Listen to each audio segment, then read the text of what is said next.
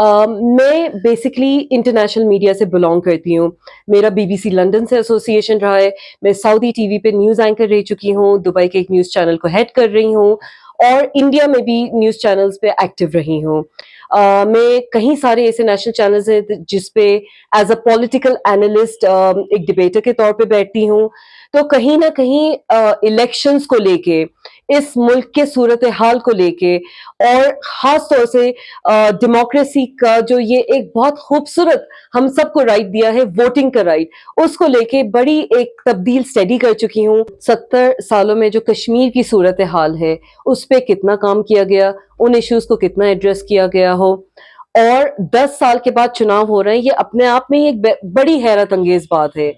آپ نے ایک اسٹیٹ کو یونین ٹیریٹری میں تبدیل کر دیا, اس یونین ٹیریٹری میں بھی آپ نے 10 سال 2 ٹرمز کے بعد آپ الیکشن کروا رہے ہیں. کہیں نہ کہیں اپنے آپ میں ایک وہ بڑی غور و فکر کی بات ہے.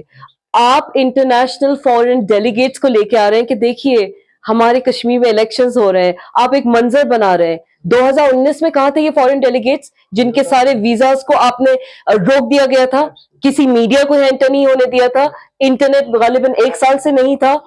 اس وقت کہاں تھے یہ فورن ڈیلیگیٹ؟ سب آپ جا کے ان کو یہاں پہ لے کے آتے, دکھاتے کہ یہ ہو رہا ہے, ہم نے کشمیر میں یہ تبدیلی لا دی ہے.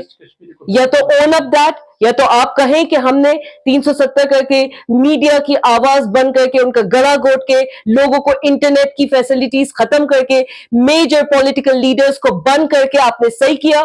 یا تو آپ یہ قبول کریں, یا پھر ابھی میڈیا اور فورن ڈیلیگیٹس کو لا کے آپ اس کا ایک تماشا نہیں بنائیں.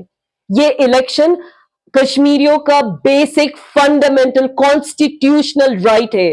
رائٹ ٹو ووٹ ہر سٹیزن کا حق ہے جو ہندوستان کا سمویدھان دیتا ہے. مودی جی یا امت شاہ جی سے ہمیں یہ حق نہیں ملتا ہے.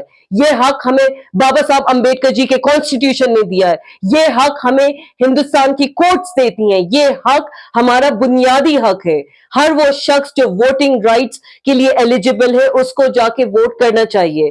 آپ نے اتنے عرصے کے بعد یہاں پہ پہلے تو الیکشنز کرائے, اس میں بھی آپ اس طرح سے چاہ رہے ہو جس طرح سے سجاد جی نے, ڈاکٹر سجاد نے انڈیپینڈنٹ کینڈیڈیٹس کی بات کری ہے, اس طرح کی کری. ٹھیک ہے, الیکشن لڑنا ایک سٹیزن جس کے اوپر کوئی مطلب جو ایلیجیبل ہے الیکشن لڑنے کے لیے وہ لڑ سکتا ہے.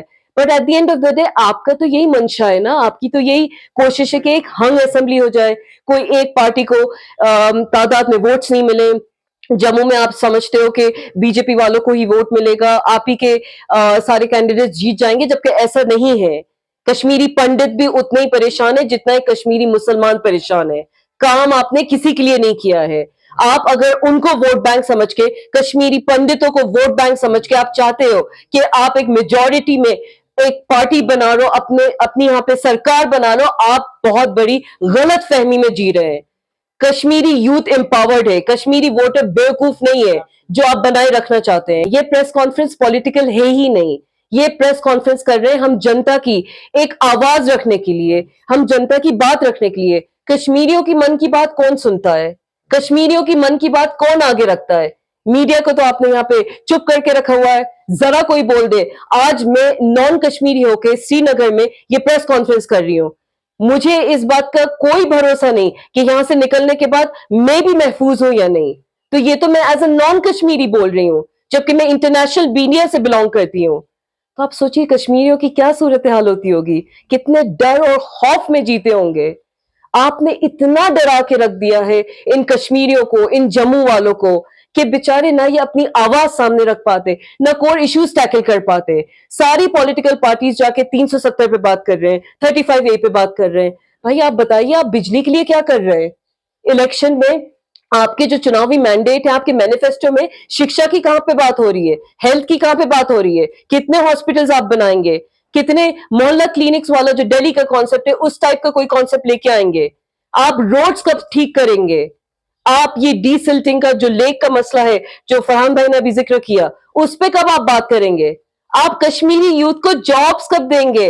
370 ہٹا کے آپ کا یہی منشا تھی کہ آپ MNCs لے کے آئیں گے, یہی کہا تھا نا آپ لوگوں نے. کتنی MNCs آ گئی, کتنی جابز کریشن ہو گئی, کتنے یوتھ کو امپلائمنٹ آپ نے دے دی, کتنوں کو جابز دے دی.